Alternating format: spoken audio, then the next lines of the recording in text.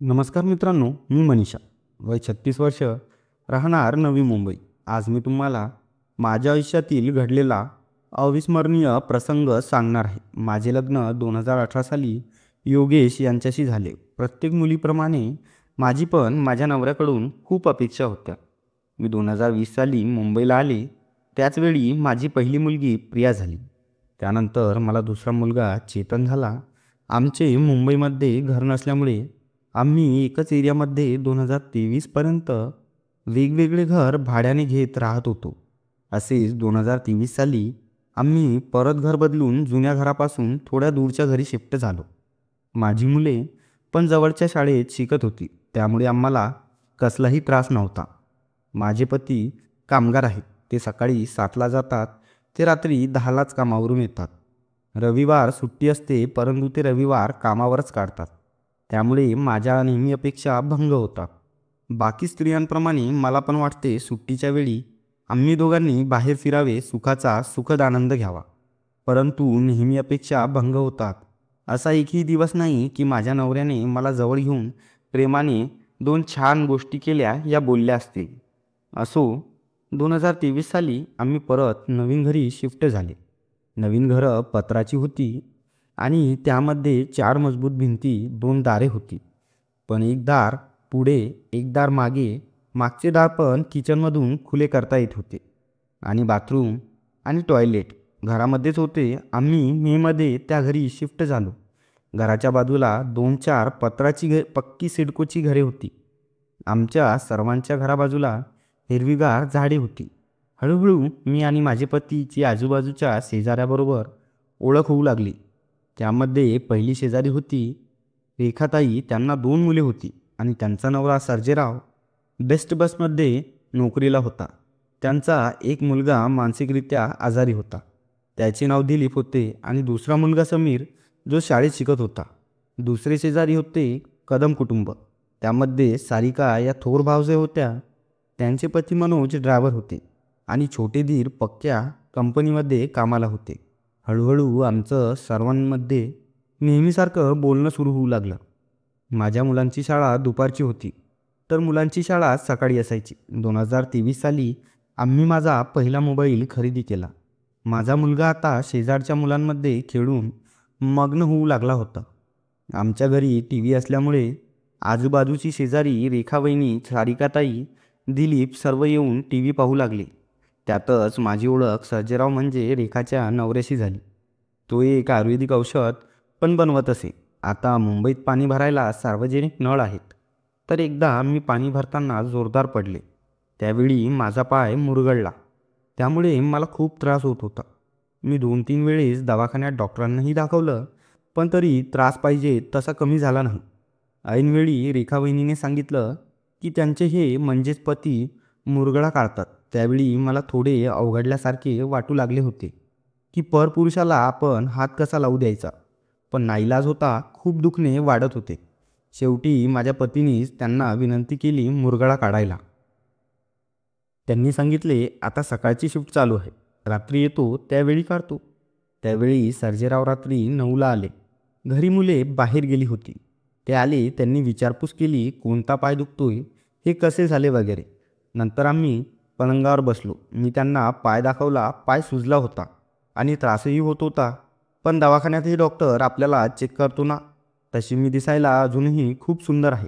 खरंच. पण जसा सर्जेरावांचा हात माझ्या पायावर लागला, ते डोळ्यात न पाहता मुरगळलेला पाय नीट करत होते आणि मी मनातली भावना मनातच ठेवण्याचा प्रयत्न करत होते. मी समजले होते की सर्जेराव पण न बोलताचा महाराज झाले आहेत. मी त्यांच्या आणि पॅन्टच्या कडे अधूनमधून लक्ष देत होते. शेवटी आम्ही दोघांनीही आपल्या भावना काबूमध्ये ठेवल्या. सर्जेरावनी शेवटी एक आयुर्वेदिक मलम पायाला दिला आणि थोड्याच वेळात माझ्या तळपायाला त्रास कमी होऊन मी चालू शकत होती. सर्जेरावांनी बाथरूम कुठे आहे विचारलं. मी इशारा केला. ते तिकडे गेले. तिथूनच त्यांचा आवाज आला आणि नळाला पाणी नसल्याचे त्यांनी मला सांगितले. मी बाथरूमकडे जाऊन त्यांना बादलीतील वाकून पाणी घेऊन देत होते. तेवढ्यात त्यांचा मला धक्का लागला. मी लगेच तितक्यात उभी राहून मागे झाली. त्यांनी हात धुतले आणि आमच्या घरून निघून गेले. मी पण झालेला प्रकार विसरून कामे करू लागली. दुसऱ्या दिवशी नेहमीप्रमाणे माझी मोठी मुलगी शाळेत गेली. मी पण घरातील भांडी धुणे करत होती. काही वेळाने मी कपडे वाळत घालण्यासाठी बाहेर गेले तर सर्जेराव बाहेरच होते. त्यांनी मला बघितलं आणि हसत विचारलं, "पाय कसा आहे हो वहिनी तुमचा?" आता मी बोलले, "आता ठीक आहे." त्या दिवसापासून मी आणि सर्जेरावांचं बोलणं सुरू झाले. माझ्या पतीने घरी नवीन DVD प्लेअर आणला होता आणि मी आणि माझे पती त्यावर कधीकधी वेगळे म्हणजेच तसल्या प्रकारचे पिक्चर पाहू लागले. त्याप्रमाणे माझे पती टी व्हीवर बघून ते प्रत्यक्षात माझ्यावर आजमावत होते. पण जेवढी माझी इच्छा होती तेवढे करू शकत नव्हते. यामुळे हळूहळू आमच्यामध्ये घरात भांडणे होऊ लागली. त्यात गावावरून माझा भाऊ जितू आमच्याकडे राहायला आला होता. त्याच्या दारू पिण्याच्या सवयीमुळे घरी त्याला सगळे परेशान झाले होते आणि त्यात आता माझा भाऊ जितू पण आमच्यामध्ये राहू लागला. तो सतत दारू पिऊन धिंगाणा घालत होता. आता तर मधीच आमच्या शेजारच्या राहणाऱ्या लोकांशी विनाकारण वाद घालत असे. त्याला समजावायचा मी भरपूर प्रयत्न करत होते आणि त्यामुळे पण आमच्यामध्ये सारखी भांडणे होऊ लागली. मला काहीच करता येऊ शकत नव्हते. माझ्या सर्व इच्छा माझ्या मनातच दम तोडत होत्या आणि तसंही दिवसभर मला एवढं काम असायचं, जसं की पती सकाळीच कामावर जातात, त्यांचा डबा तयार करून देणे, त्यानंतर मुलांना शाळेत पोहोचवण्यासाठी धावपळ.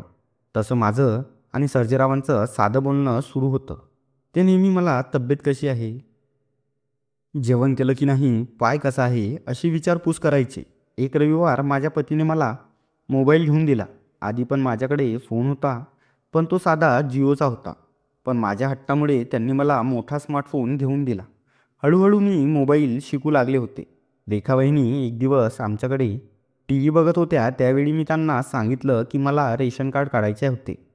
आमच्या आधीचे रेशन कार्ड होते, पण ते गावाकडचे होते. मी त्यांना सांगितले तर ती बोलली की त्यांचे पती म्हणजे सर्जेरावच्या ओळखीचे पांडे साहेब आहेत, ते काढून देतील तुम्हाला राशन कार्ड.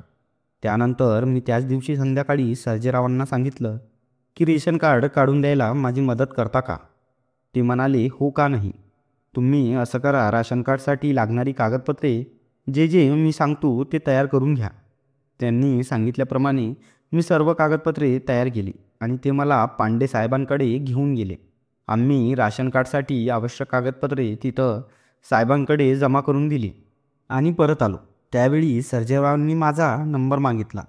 मी माझा मोबाईल नंबर दिला. हळूहळू सर्जेराव मला फोन करू लागले. आमचं बोलणं सुरू झालं. ते मला दुपारी फोन करायचे, तेव्हा मला माझी घरातली कामे पण आटोपलेली असायची, म्हणून मी पण त्यांच्यासोबत गप्पा करत असे. आमचं बोलणं हळूहळू पर्सनल होत चाललं होतं. सर्जेराव त्यांच्या बायकोचे भरपूर विषय मला सांगू लागले आणि त्यांच्या ते शेजारी सुरेखा वहिनी ते पांडेसाहेब बरोबर फिरत आहे अशा खूप गोष्टी ते सांगू लागले.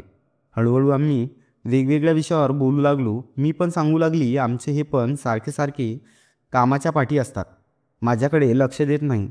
असेच एकदा आमचं फोनवर बोलणं सुरू होतं. त्यावेळी मी सर्जेरावांना सहज विचारलं, "त्यावेळी तुम्ही माझ्या पायाला मुरगळा काढत होता, त्यावेळी मला वाटलं की तुमच्या मनात काहीतरी आहे." ते बोलले, "तुम्हाला कसे माहीत?" त्यानंतर ते बोलणार इतक्यात माझा मुलगा आला. मी फोन कट केला. हळूहळू आम्ही फ्री होऊन एकमेकांना बोलत होतो.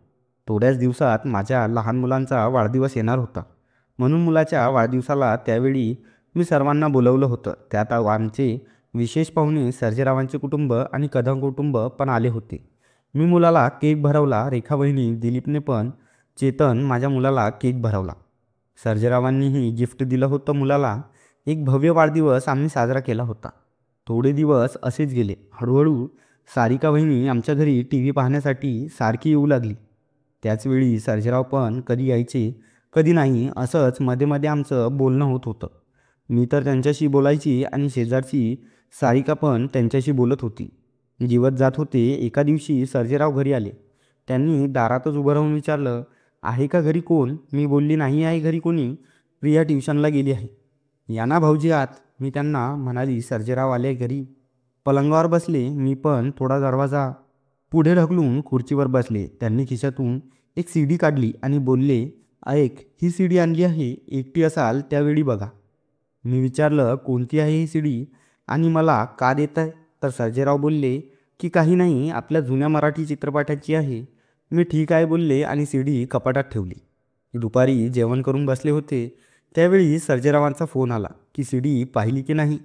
मी नाही बोलले. नंतर मुलगा झोपल्यावर सीडी लावली, तर ती सीडी तसली होती. मी काही वेळाने सीडी बंद केली आणि सर्जेरावांना फोन केला. त्यावेळी मी बोलली, कसली सीडी पाठवली आहे? मी असं बोलताच ते थोडे घाबरून बोलले, चुकीची सीडी आहे. दुकानदाराने मला माहीत नव्हते की सर्जेरावांनी जाणूनबुजून ती सीडी मला बघायला दिली होती. त्यांनी घाबरून फोन कट केला.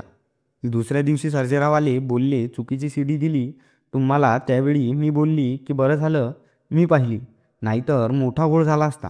त्याचवेळी सर्जेराव बोलले, कशी वाटली सीडी? मी बोलली, ठीक आहे. ते बोलले, माझं एक काम आहे तुमच्याकडे, कराल का? मी बोलले की कोणते काम आहे सांगा पहिले. माझा अंदाज होता की ते माझ्याबद्दल काहीतरी बोलतील, पण अंदाज चुकीचा निघाला. सर्जेराव बोलले की मला सारिका वहिनी खूप आवडतात, पण मला बोलायला भीती वाटते आणि तुम्ही माझे हे काम केलं तर तुमची खूप मदत होईल बघा, प्लीज. मला माहीत नव्हतं काय करावं. मी नाही बोलले तर ते नाराज होतील. मी सर्जेरावांना बोलले की मी प्रयत्न करेल. सर्जेराव बोलले, ठीक आहे. माहीत नव्हते, पण ज्या दिवशी सर्जेरावांनी मला आयुर्वेदिक औषध दिलं माझ्या पायासाठी आणि माझी विचारपूससुद्धा केली, तेव्हापासून मला सर्जेराव सारखे जवळचे वाटत होते. काही दिवस मी सारिकांची वाट पाहत होते, कधी टी व्ही पाहायला येईल, पण ती आली नाही. 3-4 दिवस असेच गेले. मग एका दिवशी सारिका टी व्ही पाहायला आली. त्यावेळी मी आणि ती टी व्हीवर एक कॉमेडी फिल्म बघत होतो. ती खूप खुश होऊन पाहत होती. नंतर मी तिला बोलले की सर्जेराव, दिलीपच्या वडिलांना तुम्ही आवडता. त्यावर ती माझ्याशी रागाने बोलू लागली. तिच्या मनात तसं काही नाही. याउलट ती मला सांगत होती, तो माणूस ठीक नाही आहे, आमच्या घरी काही कमी नाही, वगैरे वगैरे बोलून निघून गेली. मी दुपारी सर्जेरावांना फोन करून सर्व सांगितलं. ते पण रागात बोलले, ती कशी आहे अख्ख्या एरियाला माहीत आहे. प्रियाची मम्मी, तुम्ही टेन्शन नका घेऊ, एवढं बोलले आणि फोन ठेवला. मग काही दिवस आमचं बोलणं झालं नाही. एका दिवशी सर्जेरावांचा फोन आला की पांडे सरांचा फोन आला होता, तुमचं नवीन राशन कार्ड तयार आहे. मी म्हणाली, ठीक आहे, मग मी जाऊन घेऊन येते. त्यावर ते म्हणाले की उगाच का, एकतर तुम्ही तिथं कोणाला ओळखत नाही. असं करा, थांबा जरा 15-20 मिनिटे, मी येतो तुमच्यासोबत राशन कार्ड घ्यायला. मी ठीक आहे म्हणत फोन ठेवला आणि माझं काम आवरून नगर परिषदच्या ऑफिसमध्ये जाण्यासाठी तयार झाली. मी छान अशी लाईट ब्लू रंगाची साडी नेसली होती. तशी मी दिसायला खूपच सुंदर आहे. 15-20 मिनिटे सांगून सर्जेराव अजून आले नाही, म्हणून मी फोन केला सर्जेरावांना. ते बोलले की ते पोहोचत आहेत. काही वेळाने सर्जेराव पोहोचले. मी दरवाजा उघडला. सर्जेराव बेडवर बसले, मी पण बाजूस बसले. ते बोलले, प्रियाची आई, तुम्हाला राग येणार नाही तर एक बोलायचं होतं. मी बोलली, काय बोलायचं आहे? बिंदास बोला, मला एक मित्र समजून बोला. ते बोलले की तुम्ही मला आवडायला लागले आहात. आधी तुम्ही भेटल्या असत्या तर तुमच्याबरोबर लग्न केले असते. माझी बायको माझी काळजी नीट घेत नाही, मला तिचा खूप राग येतो, बावळटपणा करते. एवढे बोलल्यावर ते थोडे घाबरले होते. मी बोलले, पण मग तुमच्याबद्दल तसं वाटते मला, तुम्ही आपले वाटता, आमचे हे पण माझ्याकडे लक्ष देत नाही. एवढंच सांगायचं होतं. सर्जेराव बोलले. तेवढ्याच सर्जेरावांनी मला मिठीत सामावून घेतलं आणि चुंबन घेऊ लागले. मी पण त्यात सहभागी झाले. आम्ही दोघं एकमेकांमध्ये हरवून गेलो होतो. मी पूर्णपणे या जगाला विसरले होते, पण माझ्या मुलांची शाळेतून यायची वेळ झाली होती. मी स्वतःला समजावत सांभाळत उठली. कपडे घालून उठून किचनमध्ये जाऊन चहा बनवला आणि सर्जेरावांना दिला. ते पण चहा पिऊन त्यांच्या कामावर निघून गेले. मी बाहेर आली. पाणी भरण्यासाठी हंडे घेतले व नवळावर जाऊन लाईनमध्ये उभी झाली. तेवढ्यात मी बघितलं की आमच्याकडे राहायला नवीन भाडेकरू आणि मला शेजारी म्हणून एक फॅमिली आली होती, शर्मा फॅमिली. त्यात कमला आणि तिचा लहान मुलगा व पती नरेश. बघता बघता दिवस जात होते. सर्जेराव आणि माझी मैत्री घट्ट झाली होती. मग त्या नवीन शेजारी आलेलं शर्मा कुटुंब, त्यांच्याशी आम्ही ओळख परिचय केला. बघता बघता कमला माझी चांगली मैत्रीण झाली होती. एक शनिवार गावाकडून निरोप आला, म्हणून शनिवारी माझे पती गावी जायला निघाले होते. त्यावेळी मी आणि राजू त्यांना सोडायला नाक्यावर गेलो होतो. त्यावेळी मी त्यांना गाडीत बसवलं आणि निघालो. मी आणि राजू घरी आलो. मी सर्जेरावाला रात्री 11 वाजता फोन करून नवरा गावी गेला आहे आणि घरी मी एकटीच आहे सांगितलं. सर्जेरावांनी ठीक आहे म्हणत फोन ठेवला. खूप दिवस झाले सर्जेराव माझ्याशी नीट बोलत नव्हते, का काय माहीत. नंतर टी व्ही चालू करून सर्जेरावाची वाट पाहू लागली. 2 वाजले, सर्जेराव अजून आले नाही. मला चिंता झाली. मी फोन पण केले, त्यांचा फोन स्विच ऑफ येत होतं. मला काही कळत नव्हतं. खूप वेळ झाला होता. बसता बसता मला कधी झोप लागली काय माहीत. सकाळी मला जाग आली तेव्हा मला आठवलं. मी अंघोळ केली आणि मुलांची शाळेची तयारी करून बाहेर आली. सर्जेराव दिसत नव्हते. मी परत घरात गेले आणि जेवण बनवू लागली. 11 वाजता सर्जेराव आले बाहेर आणि ते पण थकलेले वाटत होते. आम्ही दोघांची नजर एक झाली. ते काही न बोलता कामावर निघून गेले. काही दिवस असेच निघून गेले. आम्ही जास्त बोलत नव्हतो. असेच काही दिवस निघून गेले. एके दिवशी सर्जेरावांनी रविवारी माझ्या पती आणि शेजाऱ्यांशी बोलून वाशी फिरण्याचा प्लॅन केला. आम्ही संध्याकाळी सर्वजण फिरायला गेलो. कमला आणि त्यांचं कुटुंबही सोबत होतं. त्यावेळी मी आणि सर्जेराव थोडं बोलणं झालं आणि गप्पा सुरू झाल्या. आम्ही 8ला घरी आलो. पुढच्या दिवशी मी पण सर्जेरावांची वाट पाहत होती. ते येतील पण ते आले नाही. मीच राहून फोन केला. त्यांचा फोन लागतच नव्हता. दुपारचे 2 वाजले होते.